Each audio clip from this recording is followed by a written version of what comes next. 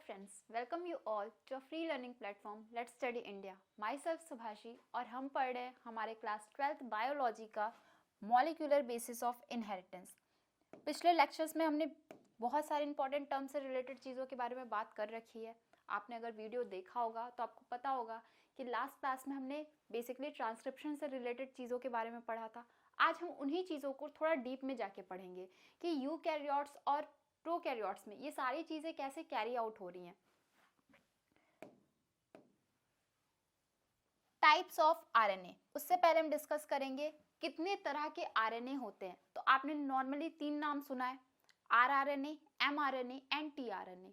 Are for ribosomal RNA, M for messenger RNA and T for transfer RNA. अब इनका क्या function है वो जानते हैं। नाम में ही है मैसेंजर, यानी क्या करेगा, provide template for the protein synthesis. Protein synthesis के लिए टेम्पलेट कौन प्रोवाइड करता है, messenger RNA. TRNA, transfer RNA means bring amino acid and reads the genetic code.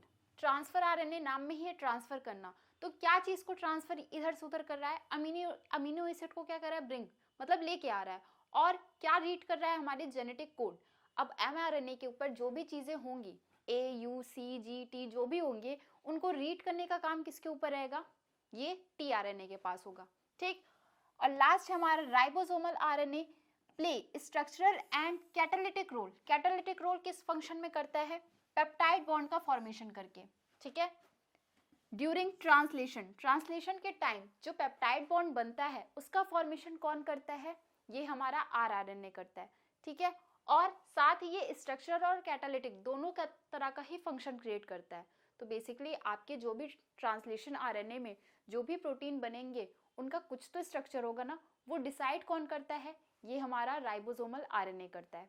ठीक है, in bacteria DNA dependent RNA polymerase catalyses transcription of all types of RNA. Important line है, bacteria के अंदर DNA dependent RNA polymerase पाया जाता है, जो यही एक एंजाइम मिलके पूरे के पूरे प्रोटीन का फॉर्मेशन करता है। सोचो, इतने सारे प्रोटीन का फॉर्मेशन कोई एक ही एंजाइम कर रहा है, कौन, डीएनए डिपेंडेंट आरएनए पॉलीमरेज। तो बेसिकली हमने 3 चीजों के बारे में बात की है। क्या, मैसेंजर आरएनए क्या होता है, उनका फंक्शन क्या है। तो उनका फंक्शन यही है कि वो टेम्पलेट स्टैंड के लिए बेसिकली साइट प्रोवाइड कराते हैं सिंथेसिस करने के लिए। ठीक, अब दूसरा है टीआरएनए। टीआरएनए यानी ट्रांसफर आरएनए, ये क्या करेगा, अमीनो एसिड को ब्रिंग करेगा ताकि जो भी चीजें बननी है, जो भी प्रोटीन को बनना है, उनका फॉर्मेशन हो सके, और साथ ही जेनेटिक कोड को रीड करने का काम करता है। और लास्ट हमारा आरआरएनए यानी राइबोसोमल आरएनए, ये क्या है, स्ट्रक्चर और कैटालिटिक दो तरह का फंक्शन शो करता है। तो कैटालिटिक के फंक्शन की बेसिस पे अगर देखा जाए तो ये पेप्टाइड बॉन्ड के फॉर्मेशन में हेल्पफुल होता है। ठीक है, अब हमारे जितने बैक्टीरिया हैं उनके अंदर जितने भी तरह के प्रोटीन बनते हैं वो किसी एक एंजाइम के थ्रू ही बनते हैं। वो एंजाइम का नाम क्या है, डीएनए डिपेंडेंट आरएनए पॉलीमरेज। ठीक है,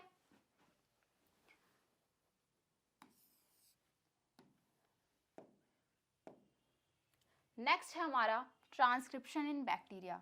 अब हमने बैक्टीरिया के बारे में बात तो कर ली, आपको लास्ट क्लास याद होगा तो हमने वहां पे मोनोसिस्ट्रॉनिक और पॉलीसिस्ट्रॉनिक दो तरह का सिस्ट्रॉन मैनर पढ़ा हुआ था। ठीक है, तो यहाँ पे ये पॉलीसिस्ट्रॉनिक था या बैक्टीरिया में, या मोनोसिस्ट्रॉनिक था, मोनोसिस्ट्रॉनिक यूकैरियोट्स में था और पॉलीसिस्ट्रॉनिक जितने भी प्रोकैरियोट्स और बैक्टीरियाज थे उनमें था। तो यहाँ पे ये ट्रांसक्रिप्शन की प्रोसेस कैसे हो रही है वो हम आज पढ़ेंगे। बहुत इंपॉर्टेंट टॉपिक है, एक्सॉन इंट्रॉन का फंक्शन भी यहाँ पे समझ में आएगा, साथ ही कैपिंग टेलिंग यूकैरियोट में आप पढ़ोगे, वहाँ पे ये कैपिंग और टेलिंग का मतलब क्या है, इनिशिएशन फैक्टर किसको बोलते हैं, टर्मिनेशन फैक्टर किसको कहते हैं, ये कैसे बाइंड करते हैं एक से दूसरी जगह, ये सारी ही चीज़ें कहीं ना कहीं कन्फ्यूज़न क्रिएट करती है। अगर आपको पता होगा तब तो ठीक है, और नहीं पता होगा तो आप हमेशा कंफ्यूज रहोगे कि मैम ये यहाँ पे कैसे कनेक्ट हुआ, या कैसे पता चलता है कि इसको यहाँ पे जाके स्टॉप होना है। तो वो सारी चीज़ें आज हम थोड़ा डिटेल में डिस्कस करेंगे। इनिशिएशन, इनिशिएशन के लिए एक बेसिकली एक फैक्टर की ज़रूरत होती है, वो फैक्टर का नाम क्या है, इनिशिएशन फैक्टर, उसको हम सिग्मा से डिनोट करते हैं। ठीक है, याद रखना है, इनिशिएशन फैक्टर को किससे डिनोट करते हैं, सिग्मा से। अब ये इनिशिएशन फैक्टर जो है ये क्या करता है, आरएनए पॉलीमरेज को बाइंड करता है at the promoter and initiate the transcription. अब मान लो आप आरएनए पॉलीमरेज है, उसको बाइंड कहाँ पे करा जाएगा, तो बेसिकली आरएनए पॉलीमरेज के अंदर ये घुसेगा, कौन, इनिशिएशन फैक्टर या सिग्मा फैक्टर। और जैसे ही घुसा मतलब उसको पता चल गया कि हमें अपने ट्रांसक्रिप्शन की प्रोसेस को आगे की तरफ बढ़ाना है। अब आगे क्या होगा, आगे होगा कुछ ऐसा कि प्रमोटर आरएनए पॉलीमरेज ट्रांजिटली एसोसिएटेड, ठीक है, आरएनए पॉलीमरेज क्या करेगा, ट्रांजिटली एसोसिएट विथ इनिशिएशन। अब मान लो ये हमारा क्या है, टेम्पलेट स्ट्रैंड है, यहाँ पे प्रेजेंट है हमारा आरएनए पॉलीमरेज, ठीक। अब आरएनए पॉलीमरेज के पास कौन सा फैक्टर जाएगा, सिग्मा। जैसे ही सिग्मा फैक्टर अटैक किया, ये चीजें क्या होंगी आगे की तरफ, यानी ट्रांसक्रिप्शन की जो प्रोसेस है वो आगे की तरफ फ्लो कर जाएंगी। इलोंगेशन, इलोंगेशन में क्या होगा, RNA polymerase facilitates opening of the helix cause elongation. अब हमें ये चीज पता है कि डीएनए का जो स्ट्रक्चर था वो स्ट्रक्चर कुछ ऐसा था, ठीक है। अब चीजों को आगे बढ़ना है तो बीच में ये जो बाइंडिंग रीजन है वहां पे दिक्कत आएगी। उस दिक्कत को सॉल्व कैसे होगा, ये हमारा आरएनए पॉलीमरेज सिग्मा फैक्टर के साथ मिलकर सॉल्व करता है। और चीजों को इलोंग करना मतलब चीजों को और बढ़ाना, ठीक है। तो इलोंगेशन में क्या होगा, चीजें और आगे की तरफ बढ़ती जाएंगी। RNA polymerase transfers the template strand create RNA copy using complementary base pairing. अब ये चीजें क्या होंगी, यहीं पे आरएनए, अब आपको मान लो यहाँ पे ए था, यहाँ पे सी था, यहाँ पे जी था, इसके हिसाब से क्या होगा, चीजें आगे की तरफ जैसे जैसे बढ़ती जाएंगी आरएनए पॉलीमरेज क्या करेगा, कॉपी करते करते क्या होगा, न्यूक्लियोटाइड को ऐड करता जाएगा, ठीक है। ये नहीं है कि एक फंक्शन में एक ही चीज ऐड होके रह जाए, नहीं, जैसे जैसे चीजें आगे बढ़ेंगी पीछे की तरफ वो क्या करेगा, न्यूक्लियोटाइड को ऐड करते हुए आगे बढ़ेगा, ताकि साथ ही साथ आरएनए का भी बेसिकली जो भी आरएनए बनना है उसका मॉडल तैयार हो सके। चीजें समझ में आ रही है कि क्या होगा, डीएनए के कोड को रीड करेगा, ठीक है, उसके हिसाब से कॉम्प्लीमेंट्री बेस पेयरिंग के लिए वो खुद को प्रिपेयर करता रहेगा कि अगर ए है तो ए के साथ आरएनए के केस में क्या जुड़ना है, यू जुड़ना है, यूरेसिल। जी है तो जी के साथ सी, सी है तो जी, सी के साथ जी, ऐसे करके चीजें की आगे की तरफ कौन बढ़ाएगा, यही आरएनए पॉलीमरेज। और चीजें जब आगे की तरफ बढ़ती हैं तो इसी को हम बोलते हैं क्या, इलोंगेशन, ठीक है। नाम में ही सब कुछ क्लियर है। इनिशिएशन स्टार्ट करना किसके थ्रू स्टार्ट होगा, जब हमारा आरएनए पॉलीमरेज पे क्या, सिग्मा फैक्टर आके अटैक करेगा, ठीक है। Elongation also involves proofreading to replace incorrectly mismatch basis. क्या होगा कि अगर ये इलोंगेशन के टाइम कुछ ऐसी गलती हो गई कि जो हमें बेस पेयर ऐड करना था हम उसकी जगह कोई और ऐड कर दिए, तो वहां पे ये क्या करेगा, प्रूफ रीडिंग प्रोवाइड करता है। यानी एक बार ऐसा नहीं कि अपना काम कर लिया तो काम खत्म। होता है ना कि आपने बहुत सारे मैथ्स के ऐसे कैलकुलेशन बहुत छोटे छोटे क्लासेस में किए हैं जिसमें आपको वेरिफिकेशन मानता है, ठीक है, तो वो वेरिफिकेशन भी यहाँ पे प्रोवाइड किया जाता है कि आपके जो भी सेगमेंट, आपने जो भी न्यूक्लियोटाइड ऐड किया है वो सही है या नहीं, यहाँ पे उसकी प्रूफ रीडिंग भी होगी, ठीक है। अगर गलती समझ में आती है तो तुरंत ही उसको क्या किया जाएगा, सही किया जाएगा, और गलती नहीं होती तो आगे की तरफ ये कंटिन्यूअस बढ़ता रहेगा, ठीक है। तो इनिशिएशन में हमने क्या पढ़ा कि आरएनए पॉलीमरेज पे जैसे ही सिग्मा फैक्टर आके या इनिशिएशन फैक्टर आके अटैक करेगा, चीज़ों को पता चल जाएगा कि हमें क्या करना है, अब ट्रांसक्रिप्शन की प्रोसेस स्टार्ट करनी है। ट्रांसक्रिप्शन की प्रोसेस स्टार्ट करने के बाद अब चीज़ों को आगे भी तो बढ़ना है, तो आगे का स्टेप क्या कहलाता है, इलोंगेशन, जिसमें डीएनए के डबल हेलिकल मॉडल क्या होंगे, अनवाइंड होंगे, ठीक है, ओपन होंगे, जिसके वजह से क्या होगा, चीज़ें आगे की तरफ ईजिली फ्लो कर सके। और जैसे जैसे वो रीड करता जाएगा उस हिसाब का आरएनए वो फॉर्म करता जाएगा, ठीक।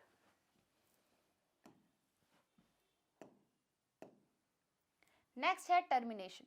टर्मिनेशन यानी टर्मिनेट हो जाना, चीजों को रुक जाना। अब चीजें रुकेंगी कैसे, चीजें रुकती हैं, इनिशिएशन का काम करता है सिग्मा फैक्टर और रोकने का काम करता है, रोकने से रो, ठीक है, रोकना रो, तो रोकने का काम कौन करता है, रो फैक्टर, ठीक। RNA polymerase transiently associated with termination factor, जो बोलते हैं हम क्या, रो फैक्टर। इंपॉर्टेंट है, सिग्मा फैक्टर इनिशिएशन का काम करता है और रो फैक्टर रोकने का काम करता है। Rho factor destabilise the interaction between template strand and newly formed RNA. अब आप इस स्ट्रक्चर में, अभी आपको समझ में आएगा, जो भी चीजें हो रही वो सारा का सारा क्लू आपको इसी स्ट्रक्चर में समझ आएगा। आपकी एनसीईआरटी का ही स्ट्रक्चर है, लेकिन अगर आपको थ्योरी नहीं समझ में आएगी तो ये स्ट्रक्चर की समझने की तो भूल जाओ, सपना हो जाएगा फिर वो। तो बेसिकली यहाँ पे थ्योरी इसलिए पहले समझाया जा रहा है ताकि चीजें जो स्ट्रक्चर में दी गई हैं वो आसानी से आपको समझ में आ जाए। Newly formed RNA falls off the elongation complex and RNA polymerase dissociates. क्या हो रहा है, हमने इनिशिएशन का तो देखा था।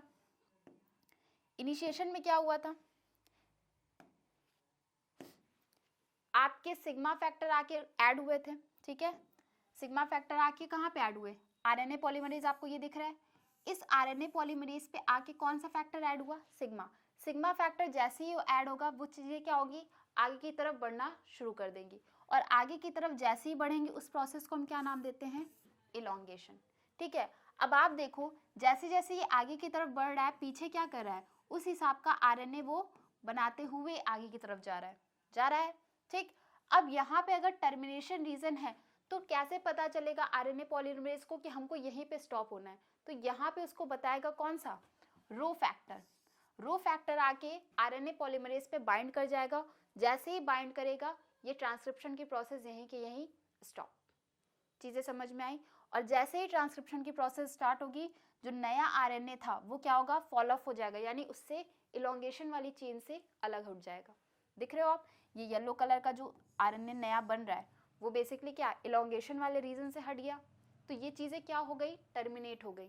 तो इनिशिएशन, इलोंगेशन और टर्मिनेशन तीनों का पॉइंट समझ में आया। चीजें बहुत ईजी हैं, समझ एक बार भी अगर समझ में आ जाएगा तो वो कभी नहीं भूलोगे आप, ये मेरी गारंटीड है। तो बेसिकली यहाँ पे इनिशिएशन फैक्टर सिग्मा फैक्टर है और टर्मिनेशन फैक्टर कौन सा है, रो। बीच की जो चीजें हो रही है वो किस में हो रहा है, इलोंगेशन वाले चेन में, ठीक है।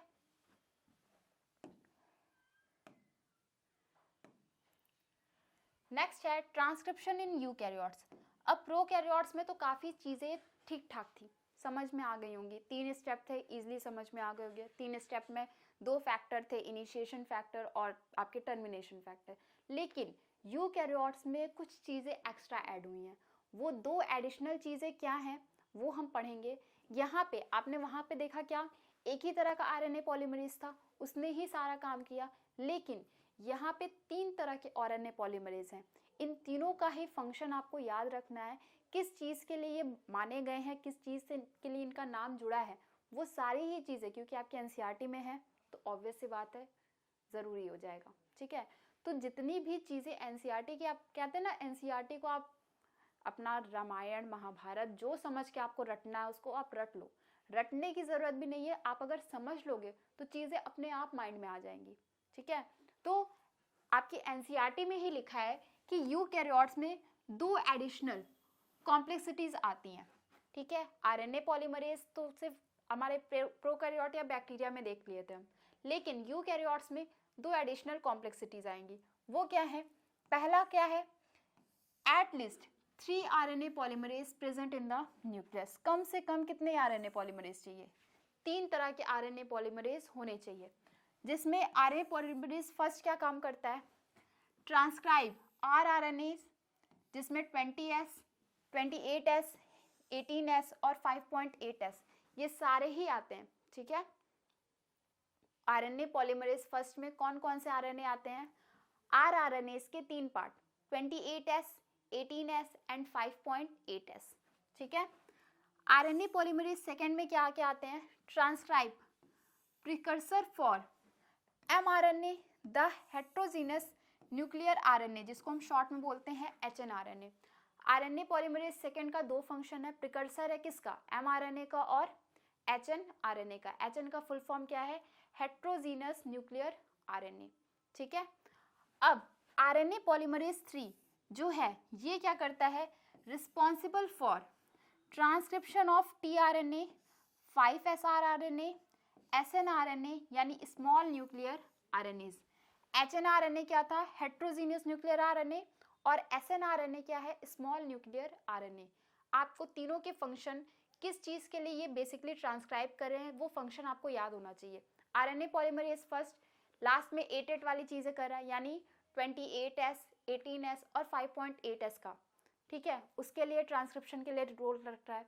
और आरएनए पॉलीमरेज सेकंड क्या कर रहा है, दो काम कर रहा है, प्रिकर्सर है किसका, एमआरएनए का और एचएनआरएनए का। और आरएनए पॉलीमरेज 3 इसके पास थोड़ा काम का बोझा ज्यादा है, ठीक है, थोड़ा इसके ऊपर बर्डन ज्यादा है। क्या करने का बर्डन है, टीआरएनए बनाने का, 5SR आरएनए बनाने का और एसएनआरएनए का, ठीक है।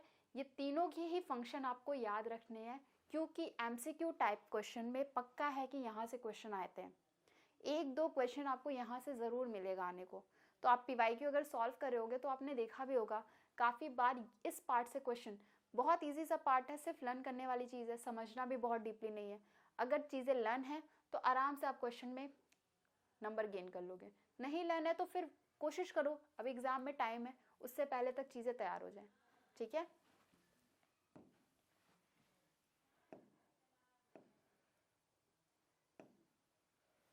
नेक्स्ट है, वो तो हमने पढ़ा था पहली कॉम्प्लेक्सिटीज क्या होती हैं, और दूसरी कॉम्प्लेक्सिटीज क्या है वो हम जानेंगे।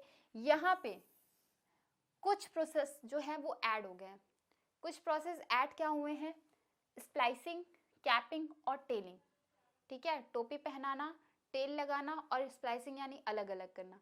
तो बेसिकली यहाँ पे हो क्या रहा है, आपने एक्सॉन और इंट्रॉन का पिछले लेक्चर में आपने देखा होगा, हमने बताया था कि जब भी आरएनए बनता है सारी पार्ट ट्रांसक्राइब नहीं होती, जो पार्ट ट्रांसक्राइब होती है उसको हम बोलते हैं एक्सॉन, यानी जो प्रोटीन का सिंथेसिस करती है वो एक्सॉन कहलाती है, और जो नहीं करती वो क्या होती है, इंट्रॉन।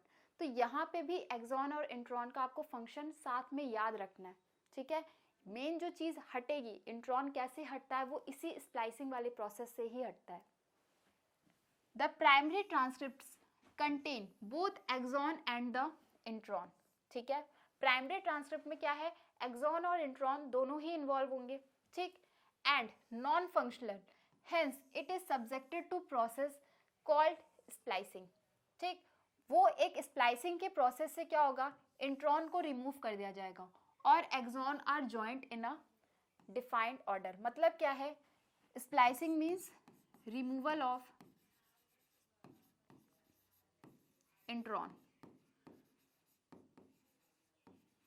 इंट्रॉन्स को रिमूव करने की ही प्रोसेस क्या कहलाती है, स्प्लाइसिंग, स्प्लाइस करना, ठीक है।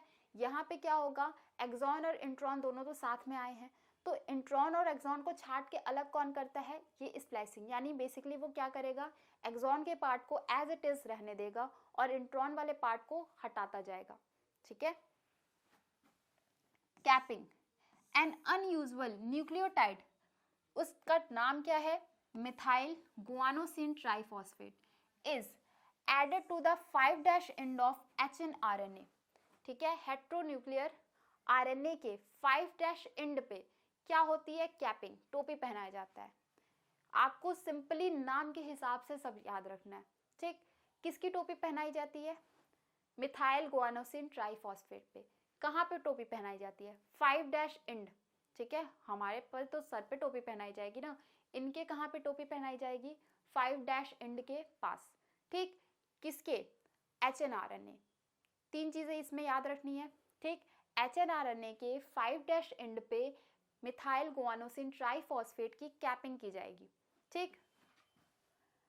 टेलिंग, इन टेलिंग रेसिड्यूज 200 से 300 base pair are added at 3' end in the template independent manner, adenylate के फॉर्म में, ठीक है। यहाँ पे क्या हो रहा है, यहाँ पे आपको याद रखना 5' एंड, कैपिंग हमेशा सर के ऊपर, तो ऊपर का मतलब 5', 5 बड़ा है ना, तो 5' यानी कैपिंग सर के ऊपर होती है, तो 5' एंड पे क्या होगी, कैपिंग किसकी, मिथाइल गुआनोसिन ट्राइफॉस्फेट की। टेलिंग क्या होगी, सबसे लास्ट यानी 3' एंड पे, ठीक, किसकी होती है, एडाइलेट, ठीक। रेसिड्यूज 200 से 300 बेस पेयर वो ऐड करता रहता है, कहाँ पे, 3' एंड के पास। It is the fully processed HNRNA now called mRNA. This is transported out of the nucleus for the translation, यानी HNRNA किस में चेंज हो जाता है, mRNA में, mRNA, ठीक है। और ये mRNA में चेंज होने के बाद न्यूक्लियस से बाहर। चीजें समझ में आई। लेकिन यहाँ पे प्रोसेस कौन कौन सी होती है, एक कैपिंग की और एक टेलिंग की। जैसे ही टेलिंग की प्रोसेस कंप्लीट हुई, टेलिंग की प्रोसेस कंप्लीट होने के बाद HNRNA किस में कन्वर्ट हो जाएगा, mRNA में। और जैसे ही mRNA में कन्वर्ट हुआ उसका काम तो खत्म, तो न्यूक्लियस क्या करेगा, अपने से बाहर उसको ढकेल देगा। चीजें समझ में आई। क्या क्या प्रोसेस हो रही है, स्प्लाइसिंग में इंट्रॉन को रिमूव किया जा रहा है, कैपिंग में 5' एंड, किसके 5' एंड पे, HNRNA के 5' एंड पे कैपिंग की जा रही है, किसकी, गुआनोसिन ट्राइफॉस्फेट।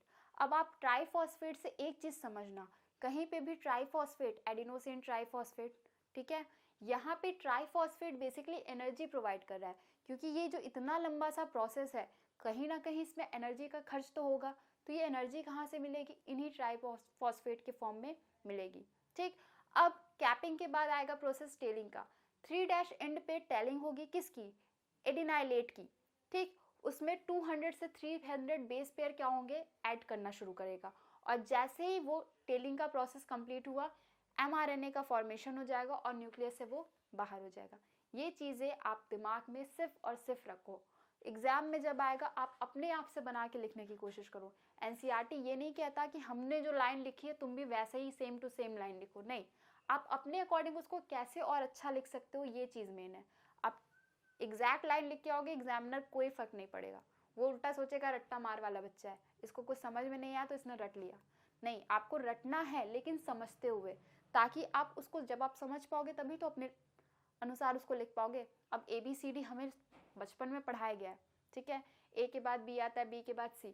अब इसमें हम अपना दिमाग नहीं लगा सकते कि A के बाद हम C बोल दें, नहीं, वो हमें रटाया गया है। लेकिन जो चीज़ें हमें समझाई गई हैं, एडिशन, कैलकुलेशन, आपने मैथ्स में एडिशन सब्ट्रैक्शन किया है, पहले आप लाइन खींच खींच के करते होगे, उसके बाद आप फिंगर पे काउंट करना शुरू किए, उसके बाद आपको आधी चीज़ें ऐसे ही याद होगी कि 5 + 5 होगा तो 10 ही होगा।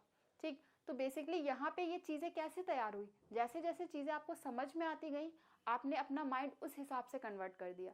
तो यहाँ पे भी सेम प्रोसेस रखना है, चीज़ों को समझते हुए अपने अकॉर्डिंग आंसर लिखने हैं। ठीक है,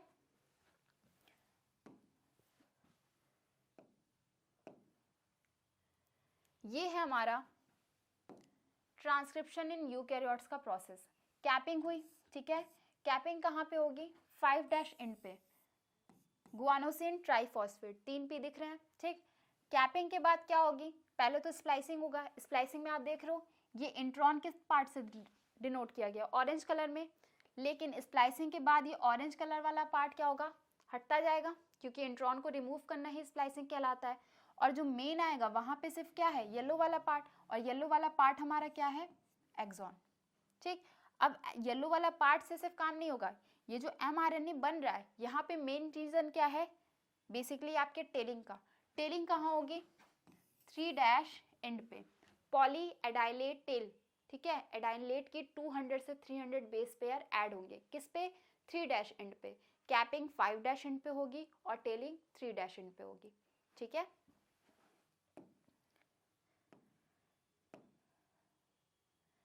नेक्स्ट है हमारा जेनेटिक कोड।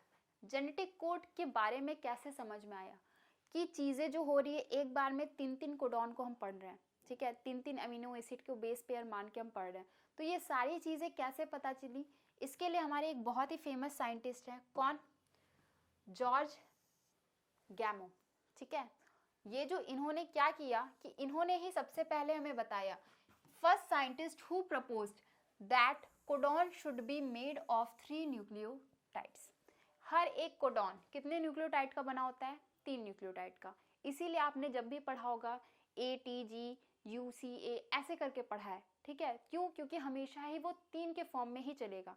3 जो न्यूक्लियोटाइड है उनके बेस पेयर को हम मिला के बोलते हैं क्या, codon.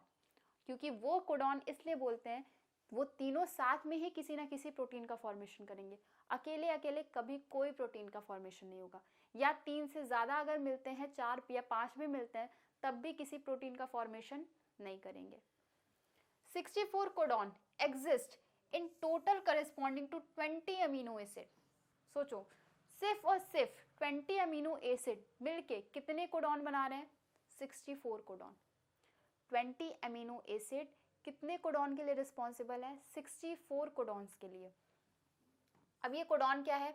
A group of nitrogenous base that will represent one amino acid. एक अमीनो एसिड को रिप्रेजेंट करने वाला वो ग्रुप है, किसका ग्रुप है? नाइट्रोजनस बेस का।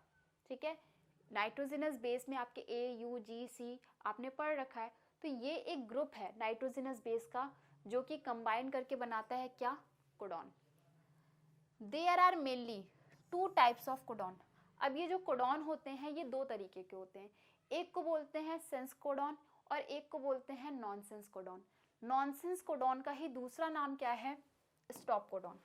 ठीक है, नॉनसेंस हम नॉर्मली इंग्लिश की भाषा में जो घर में कुछ ज़्यादा ही इंग्लिश भाई बहन को आप बोलते हैं ना एकदम नॉनसेंस हो, नॉनसेंस यानी कोई दिमाग ही नहीं है, ठीक है, अपना माइंड यूज ही नहीं करते। तो ये जो नॉनसेंस कोडॉन है ये भी कुछ ऐसी ही हरकत करते हैं। ये बेसिकली करना धरना इनको कुछ नहीं है, ये अगर आ गए तो ये स्टॉप कर देते हैं, इसीलिए इनको बोला जाता है स्टॉप कोडॉन। ठीक है, सेंस कोडॉन क्या है? Codon which code for amino acid are called sense codon. जो अमीनो एसिड को कोड करता है वो सेंस कोडॉन होता है, और जो अमीनो एसिड को कोड नहीं करता वो होते हैं नॉनसेंस कोडॉन। ठीक है, याद करने के लिए इसको भी सिर्फ आप नॉनसेंस कोडॉन याद रखना, बाकी जितने आएंगे उनको सेंस कोडॉन में भेज देना। Out of 64, 61 are sense codon. Total codon कितने थे? 64। अभी पिछली स्लाइड पे ही हमने देखा है 20 अमीनो एसिड से कितने 64 कोडॉन बने हैं। ये 64 कोडॉन में 61 ऐसे हैं जो कैसे हैं? Sense codon. ठीक, यानी वो किसी ना किसी प्रोटीन को या अमीनो एसिड को क्या करेंगे? कोड करेंगे। लेकिन बाकी जो 61 है तो ऑब्वियस सी बात है 3 बच रहे हैं, वो 3 किस में आते हैं? नॉनसेंस कोडॉन, यानी वो किसी भी अमीनो एसिड को कोड नहीं करते, उनका कोई ऐसा खास फंक्शन नहीं है। अब ऑब्वियस सी बात है लाइफ के हर एरिया में आप देखोगे कुछ काम के लोग होते हैं, कुछ बिल्कुल नालायक होते हैं, हर जगह ये चीज़ होता है। तो ये कहीं ना कहीं हमारी बॉडी में भी होता है। आपने पिछले भी देखा जैसे एक्सॉन और इंट्रॉन का फंक्शन था, वहाँ पे भी एक्सॉन क्या बेचारा काम करता रहता है, इंट्रॉन आराम से बैठा हुआ है।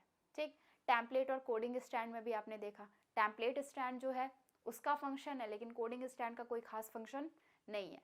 तो बेसिकली यहाँ पे भी कुछ ऐसा है। सेंस कोडॉन कितने हैं? 61। और नॉनसेंस कोडॉन कितने हैं? वो हैं सिर्फ और सिर्फ 3। ठीक, सेंस कोडॉन क्या करेगा? किसी ना किसी अमीनो एसिड को कोड करने का काम करेगा, जबकि नॉनसेंस कोडॉन कोई फंक्शन नहीं करने वाला, कोई अमीनो एसिड को कोड नहीं करने वाला।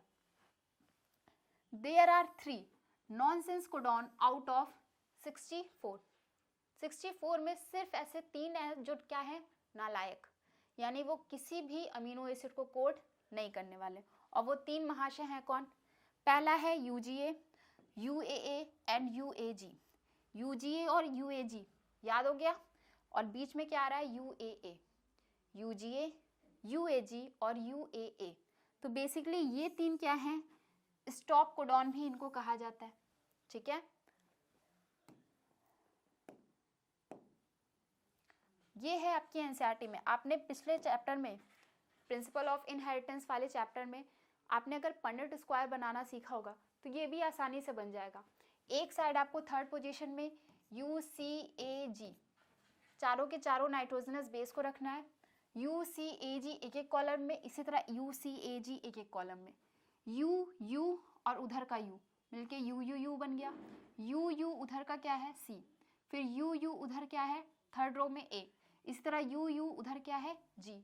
अब आपको अगर देखोगे तो UAA अभी हमने देखा, एक UAA, एक UGA और एक UAG, जो कि कहाँ होगा? UAG। तो बेसिकली ये 1, 2 और आपके तीसरे